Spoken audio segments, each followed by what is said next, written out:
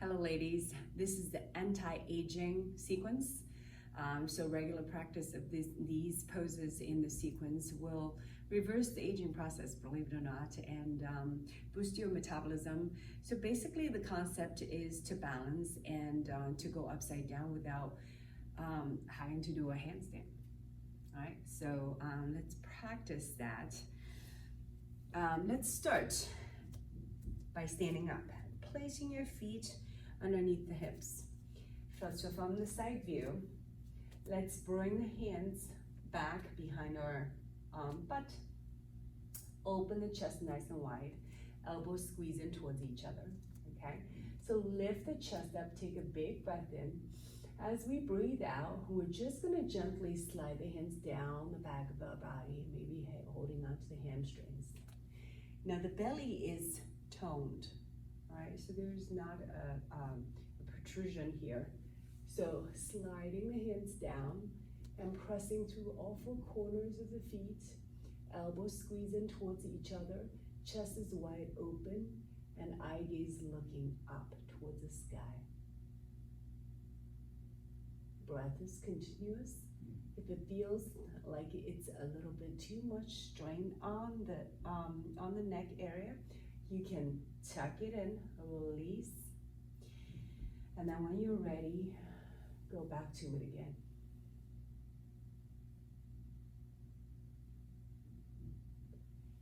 Practice that for about a minute. And then we're gonna come over for a tree pose. So with a tree pose, let's start with the left foot, okay? So I'm gonna turn to this side so that you can see, and it's also a great idea if you're new to yoga to find a wall space so that you can find a little bit of support whenever you need to, or if a wall space is not available, you can also take a chair or just a couch, just something that's easily accessible in case you would lose your balance. So from here, let's shift our weight onto our right foot. Okay, and the left foot, simply we can start by bringing the heel to rest against the right leg. Okay, so if this feels really steady, we can bring the foot up onto our calves. The knee turns out, the hips are facing forward, the spine is really long here, throat is open, crown of the head is reaching up towards the sky. Arms can be at heart center. Eye gaze steady. If this still feels really, really doable, the foot goes up onto the inner thigh.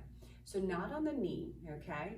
On the floor, on the calf, or all the way onto the inner thigh, press the knee out, engage through the glutes, lift up, press the foot down, eye gaze centers.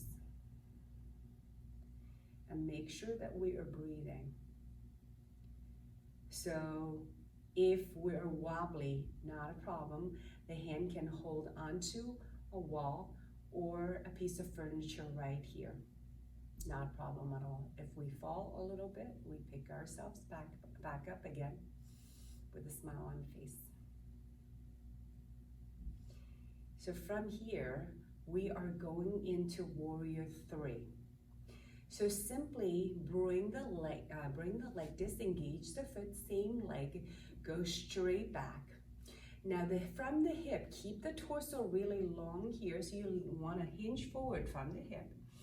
Keep coming down until your chest is about parallel to the floor. Back foot reaches out behind you. So from this side view, you don't have to turn, okay? Just stay here. So from the hip, I hinge. Keep going, keep going, keep going. Now my hands on my hips to make sure that the hip's not turning. So normally the left hip would lift up. We don't want to do that. We want to keep the hips nice and even towards the floor. Now the upper body comes down towards the floor. The right knee can be bent, can be straight, whatever feels most natural to you. The back leg is straight, so I'm pushing the heel away and I'm turning the toes to face all the way down towards the floor. Okay, so now if this feels good, stay right here. Otherwise, the arms can be in different positions as well, okay? So if you want to have a little bit of different feel for this, Hands can come onto heart center. Arms can reach all the way over your head. Bring the biceps to next to your ears. Keep the torso nice and long here. Belly is braced. So reaching fingertips away from your heel. Nice and long line into a warrior three. Okay, so now from here, just gently tap down. Release that pressure. Your supporting leg and butt should have felt a lot of work. From here, we're gonna come into floating half moon. So let's set the right foot facing the long end, the short end of the mat, and the left foot is just tapping down onto the floor. The right knee is facing that way. The right arm and the left arm reach away from each other. So watch that my chest is open and my eye gaze is down toward the bottom hand. Now from here, I want to lift off this left foot. So toes can be pointed, and if you feel steady, continue to lift that back foot up until the back leg is about parallel to the floor. Legs are straight, so once you come down, you can straighten that right knee if it feels okay. Now chest is not collapsed, so I'm not doing this at all. The chest is open, eye gaze can be down, or you can lift that eye gaze to the front or all the way up. But as you can see, as I do this, it can be very challenging, right? So that's why this wall with my friend caught me when I began to fall. So steady your eye gaze is a great idea. Push the heel away, steady the eye gaze, elongate the torso, and floating half moon. Hold for as long as your body will allow you. And then gently release out of that. Let's practice that entire thing, a sequence on the other side. So tree pose, hands can start on the hip. Either here, we can practice with the eyes closed if we're staying down here. That adds on a different challenge, and you'll soon realize that the eye gaze vision is actually very important in maintaining our equilibrium, so to speak, right? Or we can practice with the foot up the calf or all the way up onto the thigh. Bring the hands here to the heart center. So steady your eye gaze, elongate, lifting up through the crown of your head. Make your body as tall as possible. Standing up tall in yoga poses as in real life. Breathe, a little smile around the corners of your lips. We can always smile. They're doing whatever we're doing. We can always smile. All right, so from here, let me turn sideways, but you don't have to, okay? So the same leg disengages and you go back, you reach back.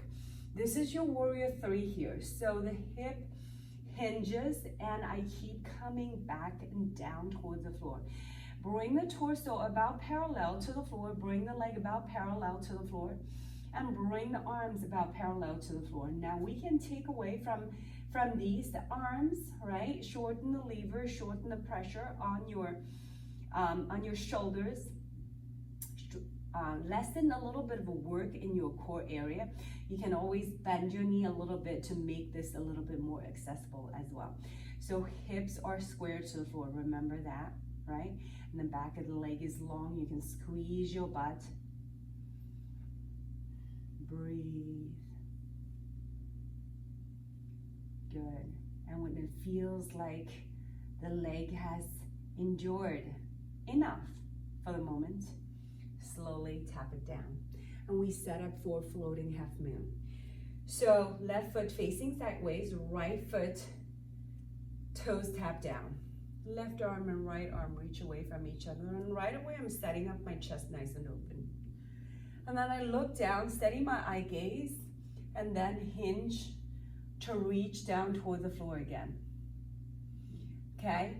This hand can absolutely hold on to a piece of wall. In fact, if you are right against the wall, it might be a great idea to slide your body down against the wall. So my butt right now is touching, my heel is touching lightly, and my hand is touching lightly.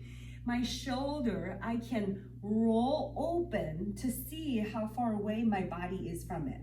Because in the end, we want this pose to resemble, we want our body to resemble a piece of flat paper. So we're completely open, right? And then instead of leaning heavily against the wall, we kind of try to pull away a little bit from the wall so that we are supporting our body weight entirely on our own. The core is braced, the torso is long, legs are long, arms are long, neck is neutral. And gaze can be down, can be forward, can be up towards the sky. All right, good. When you come out of this, bend the knee, lower the foot down. That's quite a challenge. All right, so moving on to our next pose. It's called a plow pose. Actually, let's first do shoulder stand. So for shoulder stands, the easier alternative, let's all start with an alternative, and that's something that we're all very familiar with. That's called the bridge pose. So feet about hip distance apart, fairly close to your buttocks, arms long by your sides. Now, squeeze your butt to lift it all the way up until your knees, hips, and shoulders are more or less in one straight line, okay? And then squeeze the butt to lift up, hold yourself in there, just like that, and feet are pressing down into the floor.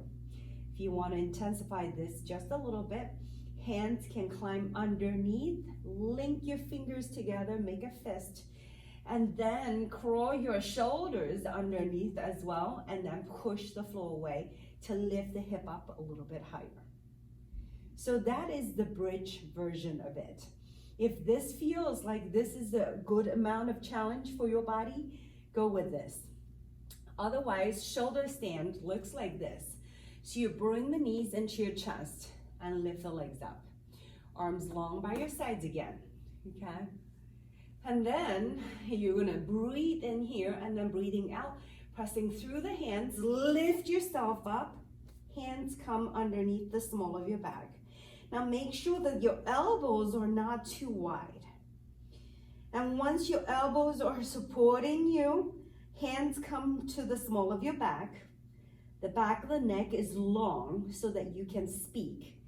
And then hips want to sink down towards the floor. Try not to let that happen. Pull the hips in towards your shoulders a little bit more, and then we squeeze the butt and reach the legs up towards the sky. Now, if this is way too intense, make those legs come down a little bit more. You're still getting that inversion, that is still good. But as we practice more and more, we want the legs to come more over the feet, more over the eye gaze, directly over the eye gaze, and hips over your shoulders. Okay? So breathe and stay here for as long as you would like.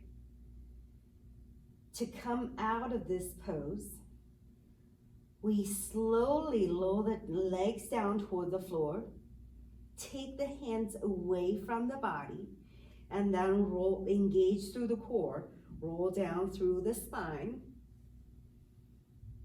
and then bend the knees and relax down again. Okay, so that is shoulder stand. It's pretty demanding physically. Now from shoulder stand, one exercise that we naturally end up in from shoulder stand is called the plow pose. Okay, but before I introduce plow to you, let's get a little bit of the alternative going here. So as you can see, I'm shuffling close to my wall. So I'm gonna shuffle as close to the wall as possible. I'm actually sideways right next to the wall. As you can see, I can touch the wall, right? And then I'm going to move my shoulders away from the wall. So my butt is close to the wall, my shoulders away from the wall, and my upper body is pretty much perpendicular to the wall. And then from here, I'm simply going to swing my legs up. So this pose is called legs up the wall. Now from here, you can do lots of different things, but you can simply stay. And you're getting your lymphatic drainage. Legs up the wall is also another alternative to your Shavasana. Okay, arms can relax down and have a smile on your face. This is one of the most enjoyable things to do in life, is just to relax and not have to worry about anything, right? So from here, you can add on options, okay? Climb your legs up a little bit. Hands come to the small of your back, and remember the shoulder stand that you just did. You can do it like that with the feet getting support from the wall. This is a great alternative. This is a great build up to your freestanding shoulder stand, so to speak, okay? And also, if you want to practice the plow pose from here, lift up to the toes right here, and then drop one leg from the wall and drop the other leg from the wall. Now all of a sudden, you are reaching the toes down towards the floor, and then release the hands down onto the floor. Okay, so this is our plow. So toes are down, toes are reaching, legs are straight, and you're able to speak. Breathe, just like that. Now we can rest here, or bending the knees, coming back into our legs up the wall. And I'm going to show you how to get into plow pose from a regular shoulder stand, okay? So let's shuffle back, shuffle, shuffle. So legs up, and swing the hips up, hands go underneath. And then from here, we simply drop the legs behind the head. Toes can touch or not. No need to force it. Keep the front of your throat open so that you can breathe. Hands go down towards the floor. Press the hands down, press the floor away, and relax.